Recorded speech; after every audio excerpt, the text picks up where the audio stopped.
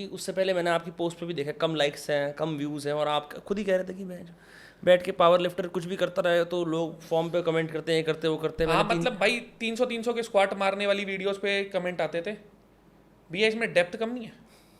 मतलब मैं मेरे घर वालों को भी डेड की वीडियो दिखा रहा हूँ, वो कहते थे अखबार में तो ऐसे उठा के आता है ये। तो मतलब कुल मिला के लोगों को पावर लिफ्टिंग की क्लैरिटी इतनी है नहीं कि असल में वो चीज़ें बस तुम्हें दिख रहा है कि पॉइंट ऐसे पॉइंट बी तक वेट उठ रहा है, उसके लिए कई कई साल लग जाते हैं, और बीच में कितने सेटबैक्स आते हैं ना, कितनी चोटें लगती है, उसका किसी को अंदाजा ही नहीं है। आपने मल्टीपल टाइम्स इंटरनेशनली कम्पीट करा है, मैं आपका रिकॉर्ड देख रहा था जो ऑनलाइन अवेलेबल था, उसमें आप रशिया भी कई बार गए हो। वो एक्सपीरियंस क्या रहा रशियंस के साथ ट्रेन करने का, वहाँ कम्पीट करने का? देखो ट्रेनिंग वाइज मैंने वहाँ ट्रेनिंग ज़्यादा नहीं करी। अच्छा, यहाँ से ट्रेन करके गए यहाँ से?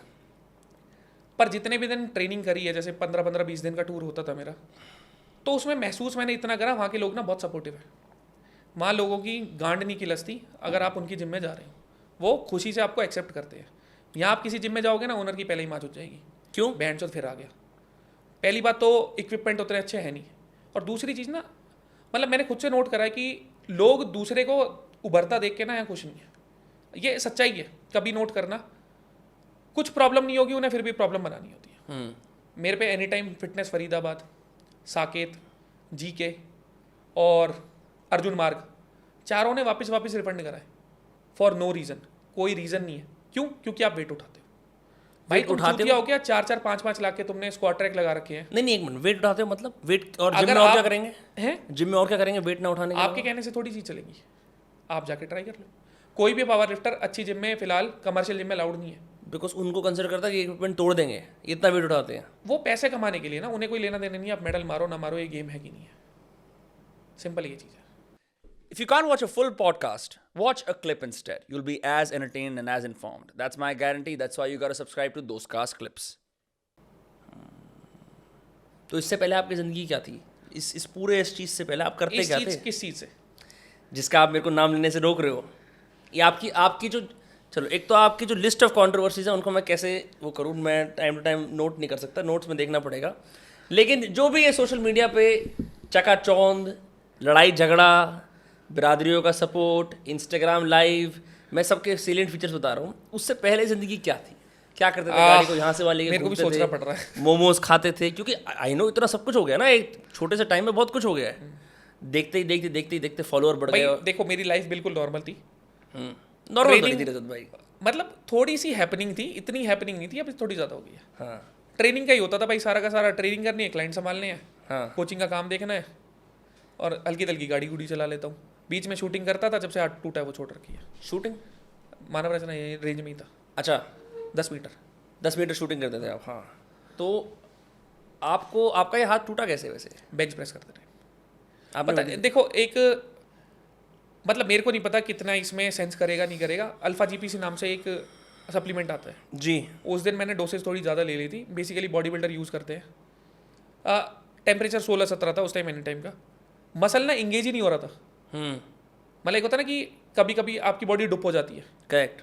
मसल फायर नहीं कर रहा। उसके बावजूद मैंने ट्रेनिंग करी, बॉडी में से हड्डी निकल गई, वो वापस से रिलोकेट हो गई, पर बीच में जो सिनोवियल फ्लूइड था ना वो बाहर आ गया। सिनोवियल फ्लूइड क्या होता है? मतलब हड्डियों के बीच में होता है। अच्छा। मूवमेंट के लिए 1000 टाइम्स स्लिपरी होता है वैसे बर्फ से। ओके। अभी ये हाथ सीधा हो जाता है। हाँ। हो गया। पेन नहीं है, पेन अगले दिन दर्द नहीं होता। किसी कायरो ने इसको जाके ठीक नहीं करा? कायरो तो एडजस्टमेंट करेगा ना, वो सिनोवियल फ्लूइड जो बाहर आ गया है वो धीरे धीरे सेटल अप होगा ना। अच्छा, तो वो बेसिकली ब्लड स्ट्रीम में या फिर आसपास है? भाई वो बाहर निकल गया है। हाँ।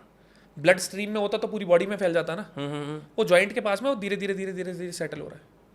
मतलब इसमें मैं कुछ नहीं कर सकता। ये ऑटोमेटिकली हील हो रहा है? हाँ, मैंने सर्जरी नहीं करी। मेरा मिनिस्कस टीयर हुआ, मेरा एंकल टूटा था, मेरी 3 बार डिस्क जा चुकी, 2 बार एक्साइज जॉइंट जा चुका, ये हाथ टूटा हुआ दिख रहा है, 2 बार उल्टा हाथ टूटा है, सीधा हाथ सिर्फ सब कुछ पावर लिफ्टिंग से? हाँ, लेफ्ट साइड से लेग टीयर हो चुका, बैक टीयर हो चुका, वो कोई दिक्कत नहीं है भाई। आप pain free lifting, injury free lifting खाली एक मिथ है।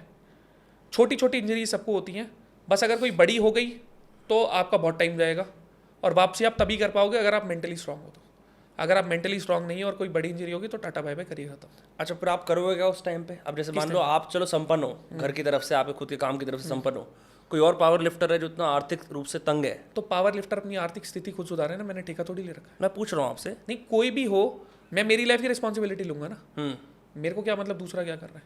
पर आपने देखा आपके बाकी सारे जो कंटेम्प्रेरीज हैं कि वो स्ट्रगल करते हैं इंजरीज से, करियर ही खत्म हो जाता है। देखो बहुत लोगों के ख़त्म हुए हैं, पर मैंने फिलहाल मेरे आसपास में, मेरा इंडिया में कोई बंदा ऐसा देखा नहीं जो इतना टूटा फूटा है आपके अलावा। और आपने इनकी तरफ कुछ बहुत, आप रिहैब पे जाते हो रेगुलरली, फिजियो से देखो मेरे मिलते को खुद से चीज़ें पता है कि असल में करनी कैसे है, और एक छोटी सी चीज़ है ना, थोड़ा दिमागी रूप से मजबूत होना पड़ता है, चीज़ें तो ही रिस्पॉन्स करती है। अगर आप खुद से सोचोगे ना बुखार हो रहा है या मेरे को कुछ दिक्कत हो रही है, वो चीज़ें ना बॉडी खुद से अराइज करा देती है। मेंटली कहते हैं ना, जैसा कॉन्शियसली सोचोगे सबकॉन्शियस पे पहले। मैं इसलिए सरप्राइज हूँ क्योंकि आप यहाँ 12 घंटे गाड़ी चला के या खुद आए हो, बैठे हो घर पे और आप यहाँ पहुँच गए। मैं सोच रहा था कि लोग अक्सर बोलते हैं यार मेरे को थोड़ा रेस्ट करना है, और ये फ्लाइट से आप जा रहे हो इसके बाद 3 ये मेंटल स्ट्रेंथ से है।